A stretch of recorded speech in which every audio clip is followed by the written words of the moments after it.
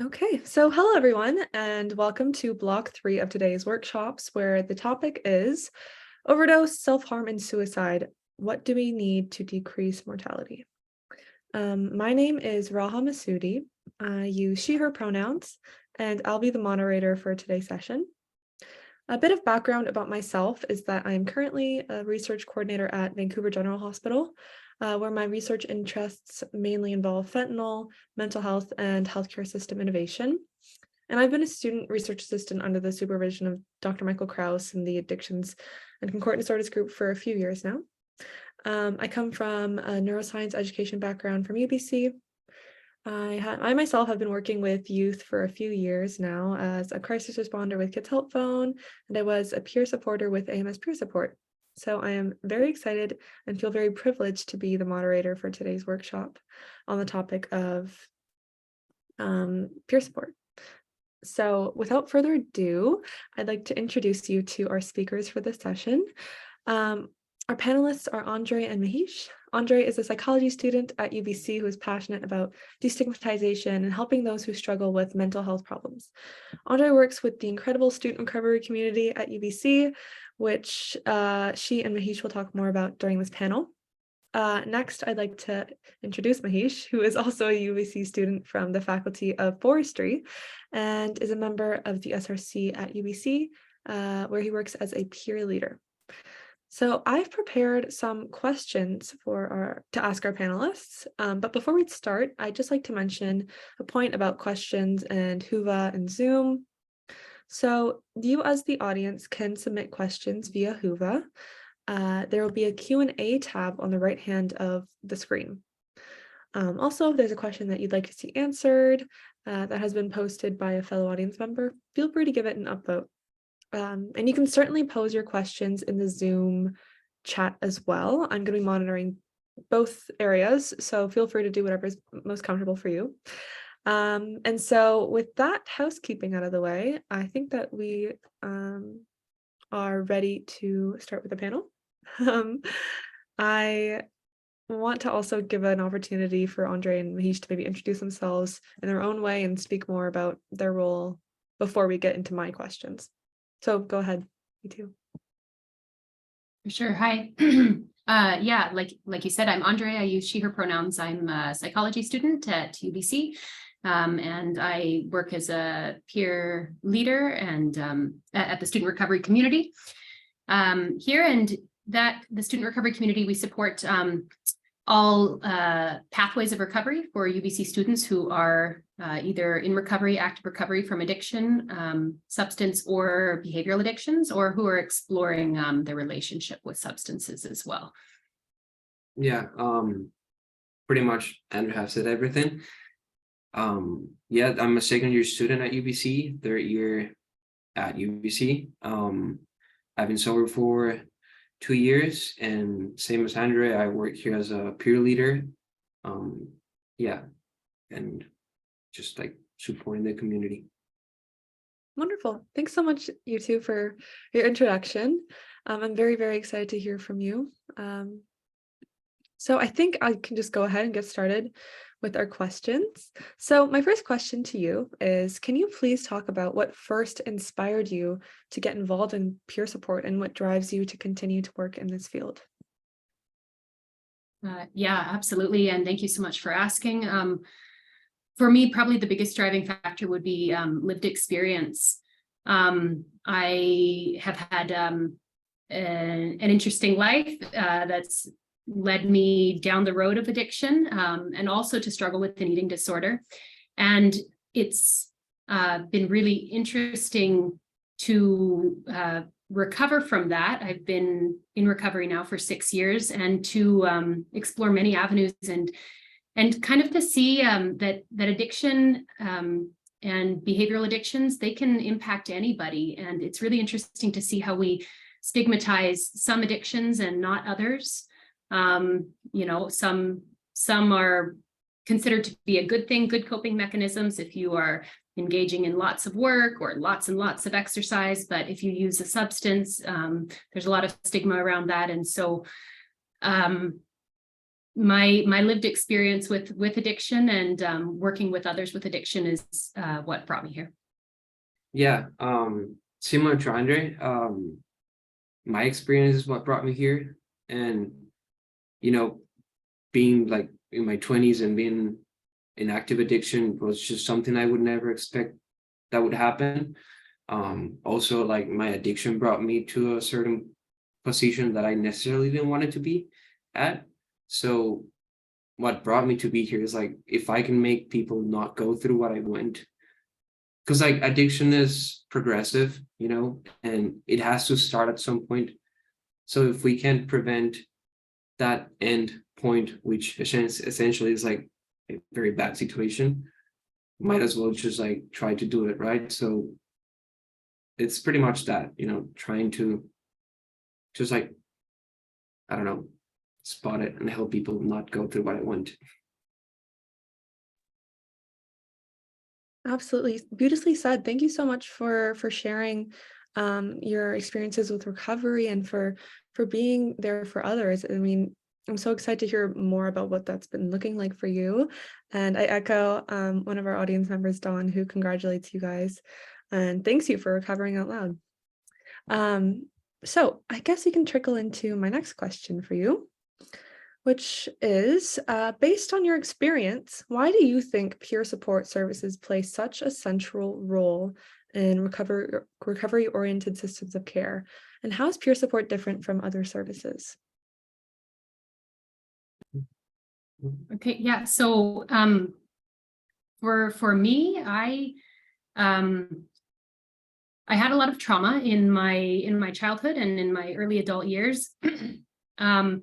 And I did get some help, and I did see some professionals and some therapists, but I wasn't personally really able to recover and start down that pathway and really grow in recovery until I met people who had also struggled like I had, who could relate.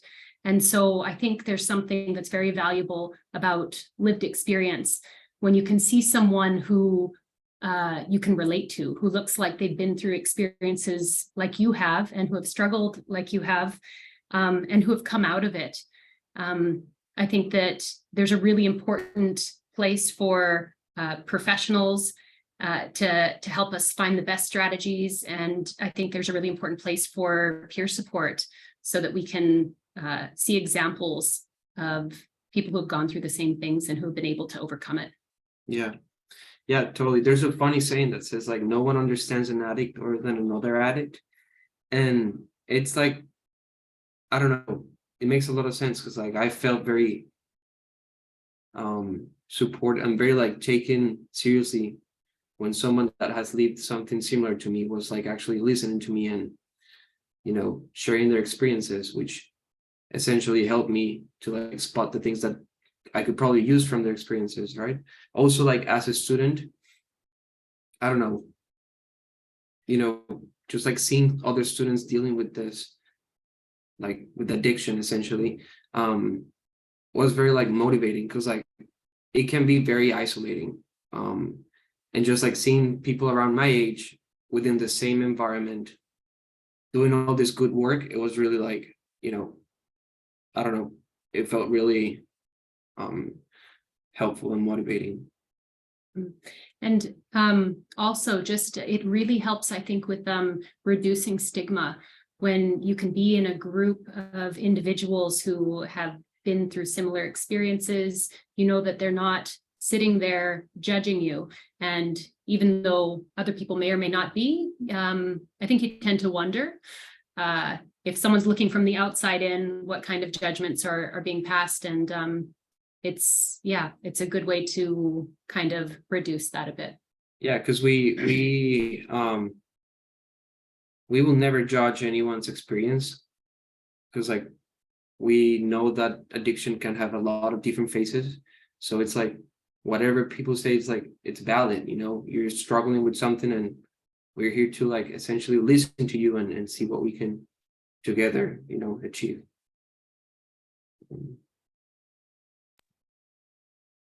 Thank you so much for sharing that and for sort of speaking on the value that lies in community and how organizations and communities like the SRC create a space for people to feel understood and validated and seen, especially in environments like I went to UBC myself, and I feel like the concept of substance use or any type of behavioral addiction is very much swept under the rug in university culture, especially at UBC, where things like, trying to keep a certain image or whatever it is, or reputation, or it's competitive in some aspect, it can be quite a toxic environment that doesn't necessarily see all of its members. So I think creating spaces like you guys have, or you guys continue to do, is just so valuable. So thank you so much for sharing your experiences there. Okay, wonderful. So I think I'm going to move on to our next question. I think you guys talked a little bit about this before, but maybe we can elaborate it on it a bit more. But it's on the topics of discrimination and prejudice surrounding mental and behavioral health concerns. Could you speak a bit on stigma and how it has played out in your experiences and work? And you can talk a little bit about how it's challenged you and what sort of steps you've taken to overcome it to the best of your abilities. Yeah. Well, again, as a student, and you mentioned this, university environment can be very toxic, and it's like very party centered, and everything is like, we're just working hard for the weekend so we can essentially like abuse from substances, right? So it is very stigmatized, and I feel like it comes from the lack of conversation. We do something that's called Coffee Bite, which is pretty much like we go out there and we talk to people about what the SRC is.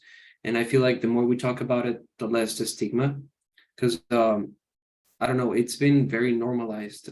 Like substance abuse or addictive behaviors have been like very normalized, or we have this idea that you're not an addict until you graduate and stuff like that, or you're only an addict after your 20s. So yeah, there's a lot of stigma around it, and I think it comes out from the lack of conversation and the lack of like knowledge. It's a very lonely process, like recovery, and this is also one of the results of people not taking it seriously, like in terms of like how much people judge it. So you feel isolated, you feel judged, you feel like you don't deserve a spot in like out there. Yeah. So I mean, what I was mentioning before, earlier on about some, if we obsessively engage in some activities, they get rewarded, and then if we engage in others, they don't, and those ones are stigmatized. I've really had a lot of thought around this. After high school, I served in the military, which is similar to a university environment in terms of the culture. There's a very much like a work hard and kind of play hard mentality. It's the age of young adulthood where there's a lot of partying and there's a lot of substance abuse going on.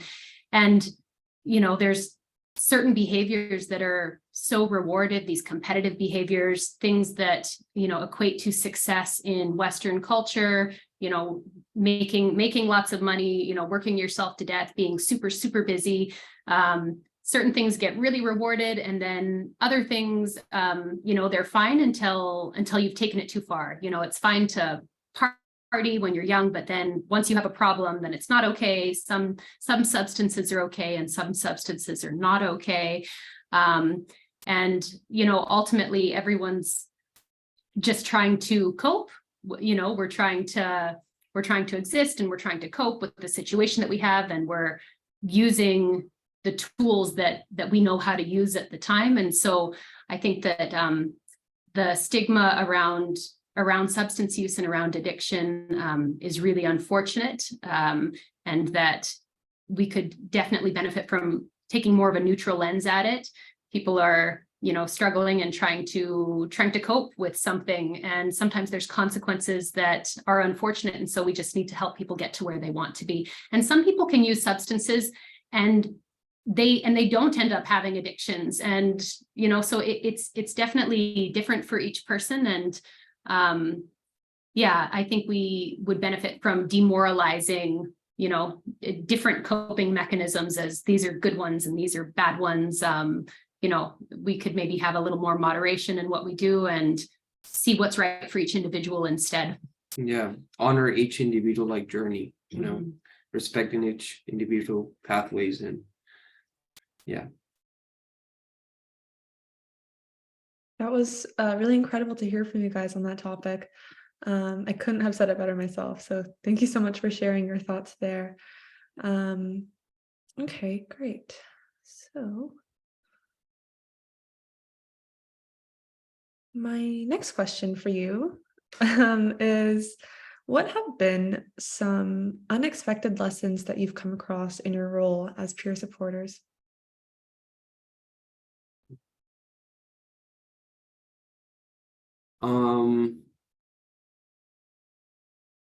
So there's like a couple things that come to mind. One of them is like, I'm also going through my own recovery process. So it can be a role, I don't know, I need to have support as well, so it has not been a problem yet because I do have like perfect support, but I can see how this might be like some sort of problematic topic if it's not dealt correctly. Because like at the end we have leaked experiences, which means we all start going through our own personal processes. But yeah. Yeah, for me, definitely unexpected from early recovery until now. When I first got sober, I very much thought that there was a right way to recover. I thought abstinence was probably the best way, and I thought that we really needed to get out there and let everyone know how harmful substances are and that they need to stay away from them, because that was my personal experience.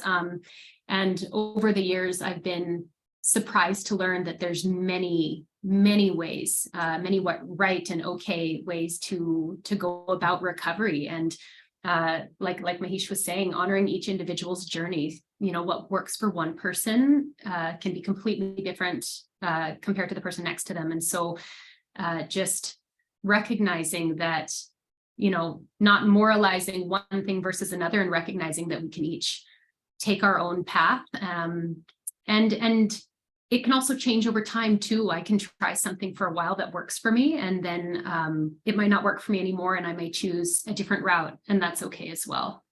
So yeah, it's just kind of realizing how much flexibility there is. Yeah, it has been a surprise for me. Wonderful. Thank you so much for sharing that.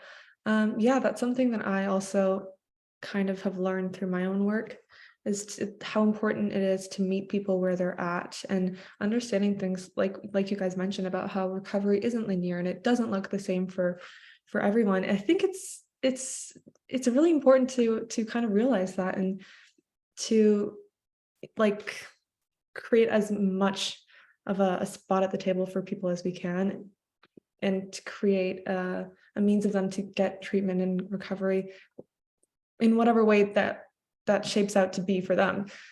So just continuing to open up spaces as you guys are is a great way of doing that. And yeah, I personally feel inspired. And I'm sure that many other people that are listening also feel inspired by your guys' work. And yeah, okay, wonderful. So we're breezing along the questions quite nicely. My next question is, what are some of the biggest hurdles or challenges that you face in this role? Yeah. One challenge that I can think of is that, as a peer supporter, it's like really important to set boundaries as like how much I can do and when is like that line, because at the end, I'm not like, I don't have experience in counseling or any like professional other than the peer support training that I went through. So, it's just like, it's not a challenge, but I really have to be aware of how do I share my experience, how do I share my own personal pathway, and made it clear that I'm not giving advice, that I'm just listening, the boundaries, I would say. Yeah, I really do agree with Mahish. The boundaries are so important, of knowing kind of where your role as a peer supporter begins, and where it ends, and then also setting up your own support, because, you know, like we shared, we're both people who are in recovery. And even if we weren't in active recovery, we're humans, and, you know, we need our own support. So having a really strong, you know, wellness support system of our own, people we go to, meetings we attend, our own health regimes, and then being able to recognize when I need to take a step back and either ask for help or cancel some things, and being able to do it has been, it's been a challenge and a really important lesson to learn. So yeah, I'd say I'm still working on it. Yeah. That's something I'm still working on. Yeah. And another challenge I can think of, and this comes more about my lived experience, is that we are sharing our lived experiences, you know? Mhm. And then, I don't know, going out there and seeing how much lack of understanding and sensitive, like, I don't know, how much people do not really understand how these things go. Like, it really hurts, you know, as a person that's trying to do something with its like own experience, going out and seeing like how the culture is like surrounding the abuse of the substances and stuff like that. I don't know, that's a challenge more personal about the role of having the experience and having the want to do something. Yeah, I agree. It can be pretty hard to be surrounded in the community that we're in and seeing so many individuals struggle, and then go out and basically watching people, you know, look like they're potentially heading down that path, and they're just not there yet. And I'd say that is another big challenge, is just letting each person have autonomy over their journey, even if that means, you know, you may be watching them, what very clearly looks like repeating mistakes that you've made, and you may very much want to help and step in and stop them, but that's not our role. Our role is to help them achieve their goals and, you know, come to their realizations on their own, and just support them through that. Yeah. Thank you so much for sharing that, and for being so vulnerable and talking about how it can be really disheartening sometimes to be working, to be doing the work that you do, and to face those burdens that you mentioned, Mahish. And Andree, when you mentioned kind of boundaries and showing up for yourself, that's something that I definitely resonated with as well. And I can kind of talk about, I guess, my work on the hotline with working with youth that are in crisis. I mean, it can be really, really heavy work, and you want to continue to show up for these people, but at one point or another, you kind of have to realize that you have to be able to show up for yourself first, so that you can show up for others. And doing things like engaging in self-care, making sure that you have strong social support, and reaching out for help, those are all brilliant ways to make sure that you yourself don't burn out, and kind of go past your own boundaries. So that was really important. Thank you so much for sharing.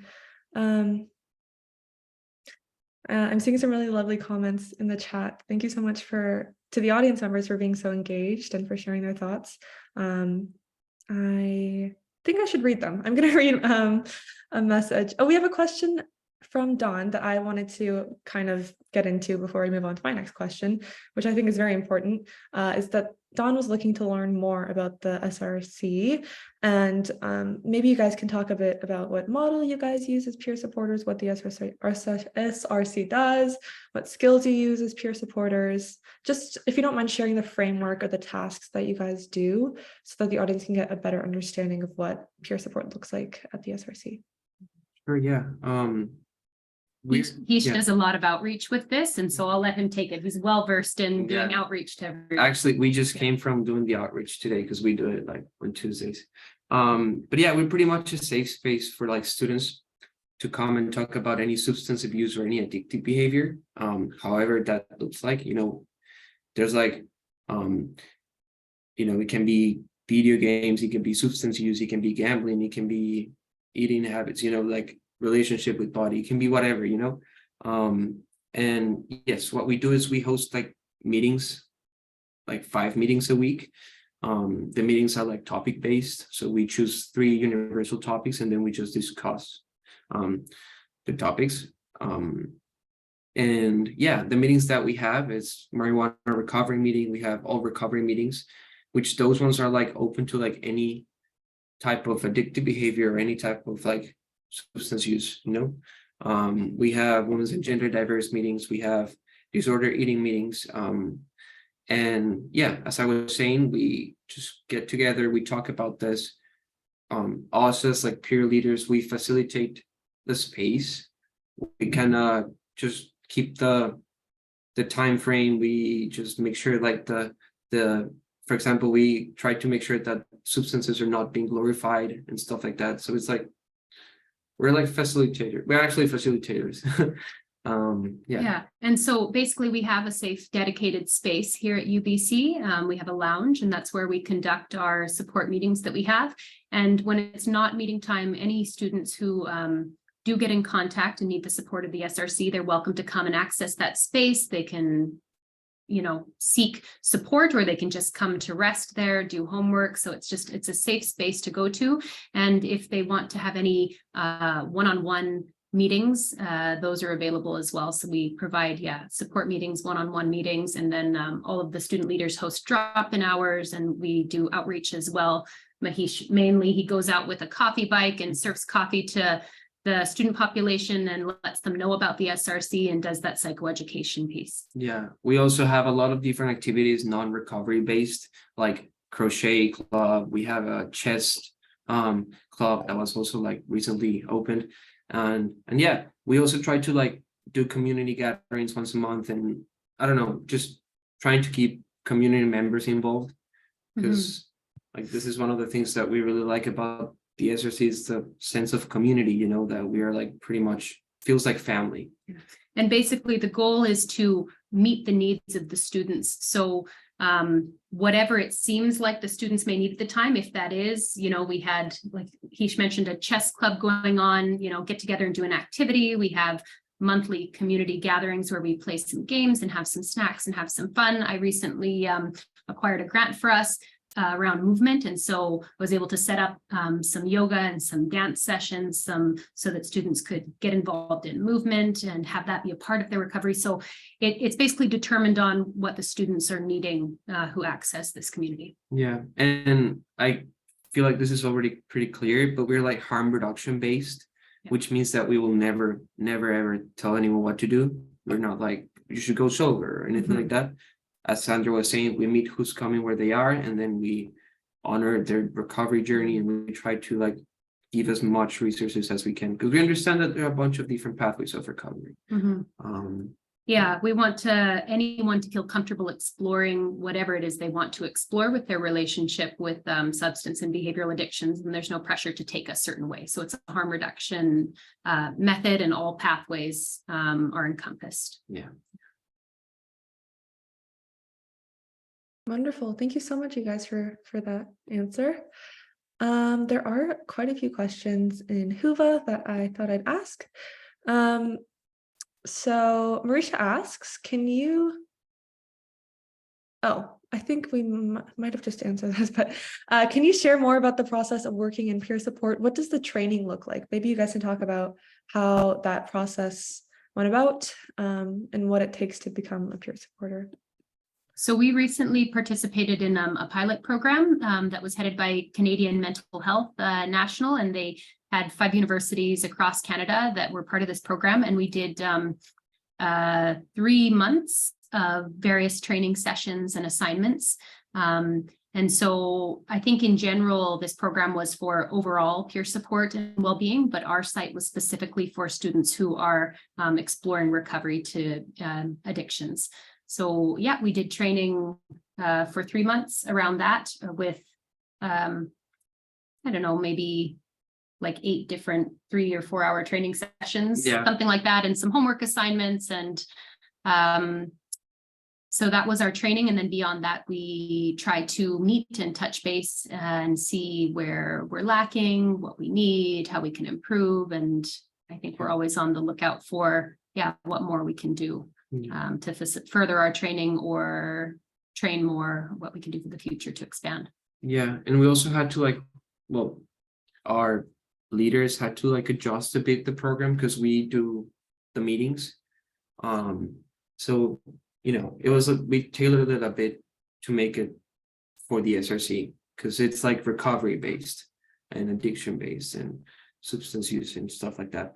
And also, like, we did a lot of as in situations, because they're pretty helpful to know, like, what type of situations you might encounter and how you can react to those and stuff like that. The training was all in person, and we think it was really beneficial because we did a lot of role playing and scenarios. It wasn't like log on and click through your training and you get your certificate. It was very much in person, in depth, lots of conversations of personal experiences, shared experiences, and practice scenarios. Wonderful. Thank you so much for sharing that, you guys. I wanted to talk a little, well, when I was at UBC a few years ago, I worked with AMS peer support, and then I received training from the SRC, their allyship training. And I found that experience was like invaluable for my work as a peer supporter. And I was wondering if you guys can comment on what the value of that kind of training it is, and how allies to communities such as the SRC can work towards acquiring as many skills as they can to be helpful when they're in these roles. I haven't conducted or been through any ally training myself, so I don't know exactly what it entails, but I would imagine that ally training is really valuable for helping reduce stigma, and for helping, just being able to support your friend, your family member, your peers, support them where they're at, and remove that judgment component. And I think we have this idea that there's a right way to exist in the world, a right way to succeed, a right way to recover. And I think that that's unfortunate that we have that, because there's many good ways to gain happiness and meaning and success and recovery. And so I think that ally training just really helps with the psychoeducation piece around addiction, around stigma, and the best ways that they can support those who are struggling with those things. Yeah, and some other aspect of the allyship that was very important, like a couple of years ago, was, it's really hard to be like in addiction and then to have to come out as a openly addict or in recovery. So some of the allies would do like the outreach. So instead of having like a person with lived experiences talking with like the UBC community, we will have like an ally. We would not identify themselves as a person in recovery, but will help spreading out the word. But we're not doing that this year. We didn't do it because like we had a lot of like peer supporters that were comfortable sharing their experiences and going out as openly in recovery. But that was another reason why allyship is important, because like we are at the end a group of people that has some sort of stigma, especially in university. That's what we honor confidentiality, because some students don't want to come out of a group of recovery and then seeing a professor. Judgment can come out of that, and that's why allyship is also important. That's a really, really great point, Mahish. Yeah. And Andree, do you want to, sorry. I wanted to ask you, because you said you went through the training. What did you take from it that was valuable for you? So one of the main things that they talked about were ways to reduce stigma in like a tangible way. So what we did during that training was they gave us a list of terms of, because stigma kind of, it can stem from really small things like the language that we use. So instead of using, terms that could be stigmatizing, they provided us with a list that we could use that are more culturally sound and destigmatizing when we talk about substance use or any type of behavioral addiction in our sessions with the UBC staff or students. They also kind of just, as you guys iterated before, they kind of just express the value of taking on a non-judgmental lens and kind of meeting people where they're at and being aware of, the lived realities of people. I think it's sometimes really easy to brush past, certain things when you're just having a conversation with someone, but trying to be more mindful of their experiences and offering them space to to meet you and to just make them comfortable. So during that training, I remember they give us just a great set of skills to go forward with more confidence and hopefully create better environments for everyone, not just people who appear to be, you know, I guess the archetype of a student at UBC. It's for everyone. So that was yeah, it was really, really great. And yeah, since then I've become a major supporter of the SRC. So it's great to talk to you guys. Yeah, thank you. So there are more questions in the Whova chat, and we have quite a bit of time left. So the next question I'd like to ask is from Marisha, and it says, does the SRC offer any virtual components? If not, do you think online tools would be effective for your students and community members? We do offer online stuff, and I think this started after COVID, as most of the new online stuff that we all have. But yeah, our meetings are also offered online for people who cannot make it to the meeting on time, or they have a class and they finish right on time, or people who just want to be here without having to show face or anything like that. Again, confidentiality. Also the one-on-ones can be scheduled online, and yeah, we have our like confidential community in a like separate app, so that's another thing we do online. We also like chat through that safe platform. We share like recovery memes, and just, you know, people might say on the chat that, hey, I want to go do a polar bear plunge and stuff like that. I want to go for a run. So it's like it further reaches a community. Yeah. Yeah, basically everything can be accessed if that's the preference of an individual virtually, whether that be the support groups or one-on-one or just talking with people. So yeah. That's great to hear, that you guys try to make it as accessible as possible. That's always a major bonus.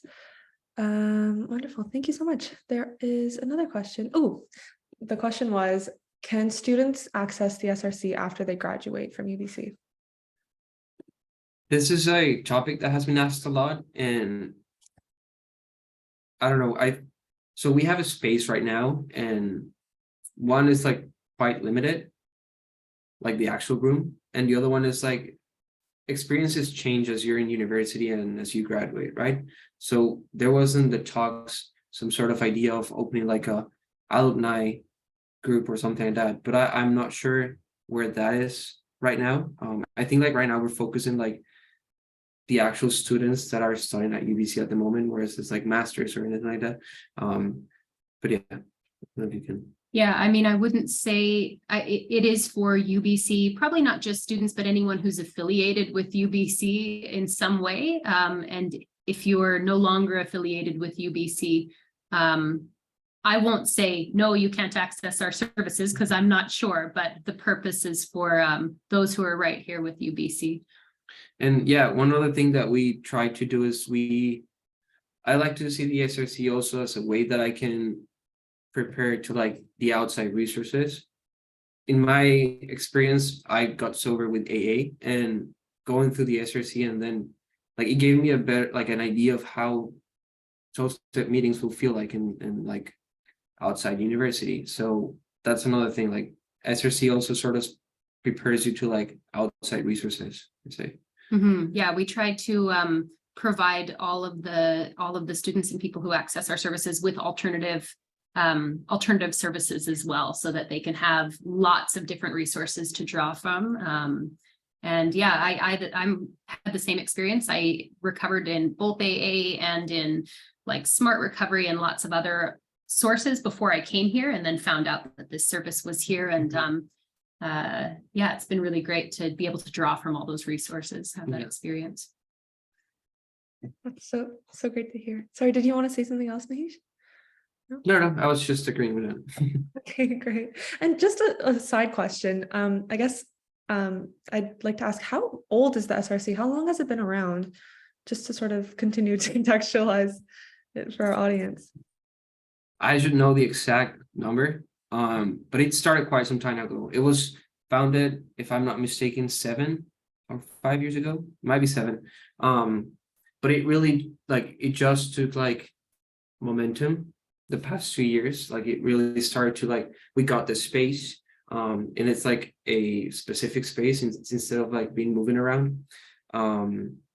It also got like a little bit like I think more structure in the past few years. So it has some time, but it just got like strong. Yeah, it's been growing recently, and I think getting more programs and more resources, more funding recently.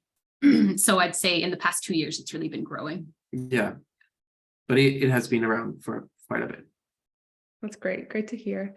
Okay, I want to also ask the audience if anyone has any questions that they'd like to ask our panelists, please feel free to.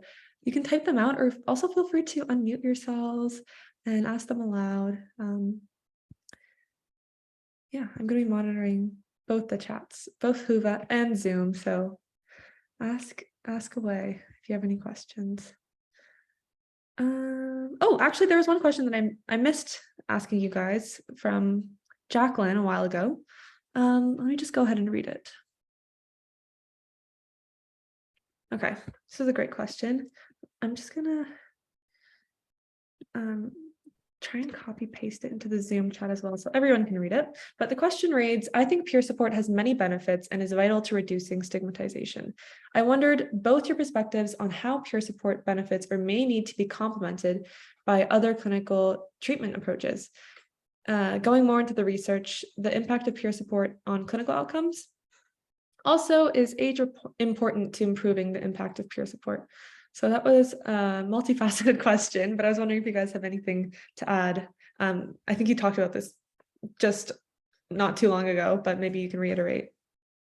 I can say something about the age thing, and more than the age, I think it's the setting, the fact that we are in university, because like there's no age for university, but there's a setting for university, you know, and the party culture and everything. It's just like we students, we understand each other in a way because we're in the place, you know, where things happen. And my opinion and how can we like all work together, it's like we kind of need to work together because at the end we're in a crisis, and the more resources that we can just put together, the better, right? Yeah, so to share like a anecdotal experience for me, when I was really struggling before I got sober, before I started on my recovery journey, I just really, first of all, didn't know, because there's so much stigma around what addiction is, what it looks like, and who is an addict. And I had all these preconceived notions in my mind, and I thought that can't be me. Like an addict, for me, alcohol is what I really struggled with. And I thought someone who is an alcoholic, they look like this, their life looks like this. That's not what my life looks like. I'm doing all these other things that can't possibly be me. And so to have individuals who look like you, who have had experiences like you know, even if they're much older, I've had a lot of really good connections in recovery with people who are closer to my parents' age. And having those who are my age and those who are older, and just getting that wisdom and that experience through lived experience passed on to you is just so valuable.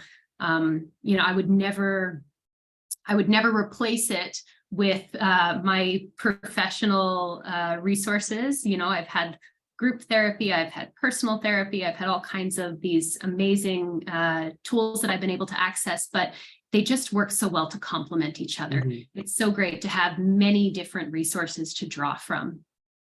Yeah, and you know, the SRC sort of works as two, I like to see it as two different things. Sometimes we are like the first ones who received someone, and then we offer the resources.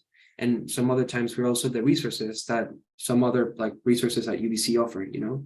So as Sandra was saying, we all complement each other. Yeah. Wonderful. Thanks so much for sharing your answers to that question, you guys. Really great to hear. I think we have another question.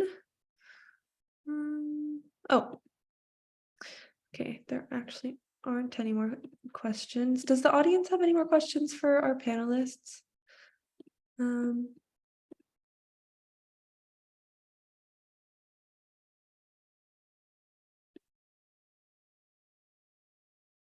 Maria just sent a message wanting to thank the SRC and the whole community for all the work that you guys do, and that you're truly impacting lives and making a difference. Couldn't have said it better myself. Thanks, Maria.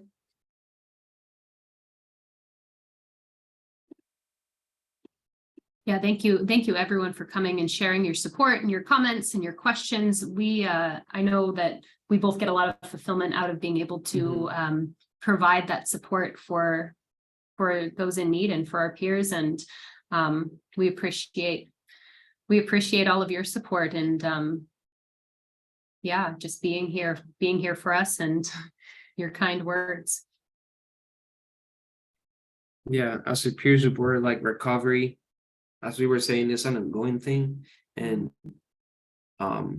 just like being out there supporting like people who's going through similar stuff than me, it's like also very supporting to myself. I don't know, like it keeps me like, I don't know, keeps me connected with the community. It reminds me where I'm coming from and my goals, so it's also very helpful for us supporters. Yeah, I think it helps for me keep me grounded too. It reminds me where I've been, what my previous perspectives were about how to live in the world, and that didn't work for me so well.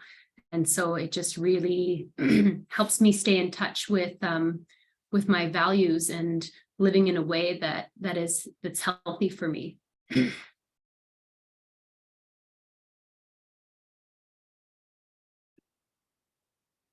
Beautiful. Thank you so much for sharing those thoughts as well. I'm gonna hang around for I think another minute or so to see if there's any more questions. Do either of you have any final thoughts? I know you just shared some right now, but is there anything else that you want to share with the audience while we have this time? Well, speaking of the outreach, if there's any like UBC community members or anything like that, if you know anyone who'd be interested in using our help or using our resources, feel free to reach out. Yeah, absolutely. What's the best way they can reach out to you? We are both active in email and Instagram, and just like a message, we are at the, I'll have to check the Instagram because I don't know the handle, but yeah, if they look up the Student Recovery Community UBC, there'll be an email and an Instagram they can access, reach out to, and then they'll be able to figure out what kind of support they'd like to have and get access to that.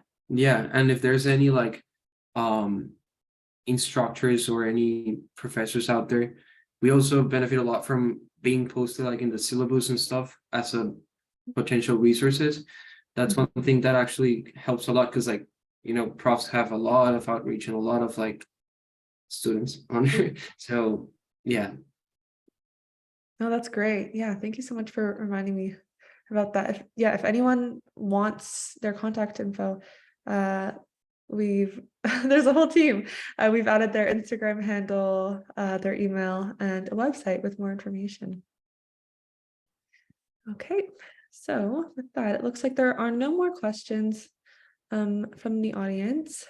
So I just want to thank you guys so much for sharing your experiences with us today, and your thoughts and the work that you do and everything, just being so vulnerable throughout this whole process. It's been such a pleasure discussing everything with you guys. I'm very in awe of your guys' drive and determination to continue to create a space in this community, and I couldn't be more happy that communities and people like you exist. So thank you so much. And thank you to the audience for your support as well, and for staying engaged, asking brilliant questions, giving supportive comments, and for being here. It's been a real pleasure.